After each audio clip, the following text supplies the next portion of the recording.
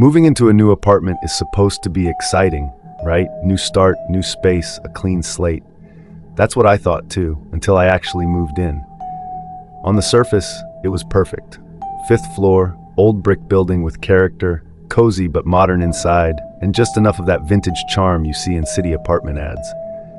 But I should have sensed something was off from the beginning. The first night, I heard it. Just as I was drifting off, I heard a faint whisper, my name hanging in the stillness of my room. I brushed it off as a dream. But then it happened again, louder this time, as if the walls were breathing with a life of their own. Why was I so drawn to this place? The more I thought about it, the more I realized something had compelled me to choose this apartment over dozens of others I'd visited. The whispers grew stronger with each passing night. I could feel it. I wasn't alone here. But it wasn't just about the sounds. No, it was the feeling that someone, was watching me from every corner and every shadow.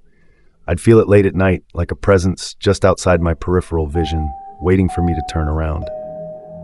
One night, I decided to confront it. Armed with nothing but a flashlight and my phone, I began investigating every inch of my apartment. I was determined to prove it was all in my head. But when I reached the small hallway that led to the bedroom, I froze. The air turned thick, almost oppressive, and the faint whisper turned into something else. Laughter, echoing as if bouncing off walls I couldn't see. I traced the sound, moving toward the closet, heart pounding. The doorknob was ice cold to the touch, as though something had left it that way on purpose. I opened it slowly, expecting to see nothing but clothes and shoes. Instead, there was something hidden in the shadows, a mirror covered with a thick layer of dust. I hadn't put it there. In fact, I didn't even know it existed until that moment. Curiosity got the best of me. I wiped the mirror's surface, revealing my own reflection, but there was something else too. A shadow just behind me. I spun around, but there was no one there. When I looked back at the mirror, the shadow was gone. The next day, I asked the building's landlord about the apartment's history. He brushed it off, insisting that the place was perfectly fine. But he couldn't hide the flicker of fear that crossed his face. It wasn't long before I learned the truth from an old neighbor. Years ago, a woman lived here, a painter, they said. She was obsessed with capturing the perfect shade of shadow, always working late into the night, painting portraits of people she claimed visited her in her dreams. But one night, she vanished, leaving only her paintings and strange markings on the walls. People said she became one with the shadows she painted. As the days passed, the whispers got worse. The shadow in the mirror wasn't just an illusion. It was real, alive, waiting. One night, I tried to stay awake to watch it. Around 3 a.m., it appeared again, a tall, thin figure with hollow eyes and a twisted grin. It leaned toward me from inside the mirror, mouthing something I couldn't understand. But then, just as quickly, it disappeared. Only a faint chill lingered, a reminder that it had been there. Desperate, I tried everything to get rid of it. Salt around the windows, sage, you name it, but nothing worked. One night, as I was sitting in the living room, I noticed something strange about the shadows around me. They seemed to be reaching out, pulling closer. And then, I heard it.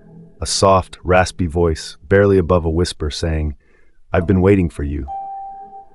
I froze, every hair on my body standing on end. I tried to scream, but no sound came out. Slowly, I felt a cold hand rest on my shoulder. I turned, but there was nothing there. Yet the feeling of pressure remained. After that, things got worse. I started seeing figures at the edge of my vision. People, or at least things that looked like people. They were always watching, their expressions empty and haunting. The shadows had eyes now, and they followed me everywhere. Then came the dreams. Every night, I'd dream of a dark room filled with portraits. They were all of me, in different states of terror, captured in vivid detail. And every time I'd wake up, a new portrait would appear on my walls. At first, I thought I was imagining it, but they were there, taunting me, reminding me that there was no escape. In a final act of desperation, I decided to leave. I packed my bags and opened the door, only to find the hallway stretched out impossibly long, with no end in sight. The walls seemed to close in, whispering, laughing. I turned back to my apartment, but the door wouldn't open. It was as if the shadows had trapped me in, holding me hostage. In one last attempt, I confronted the mirror again. This time, the shadow spoke, clear and chilling. "You can't leave, you belong to us now." And then I saw her, the painter, her face twisted in agony, forever a prisoner of her own creation. And that's when I realized I was next. The whispers had claimed me, just like they'd claimed her. The apartment was never just a place to live. It was a prison, a trap designed to ensnare anyone who entered. As I sit here now, telling you this story, I can feel it. The shadows are closing in again. I hear my name echoing through the walls. The paintings on the walls, they're of me now. Every angle, every expression. It's only a matter of time before I become one of them. Another lost soul in the whispering shadows.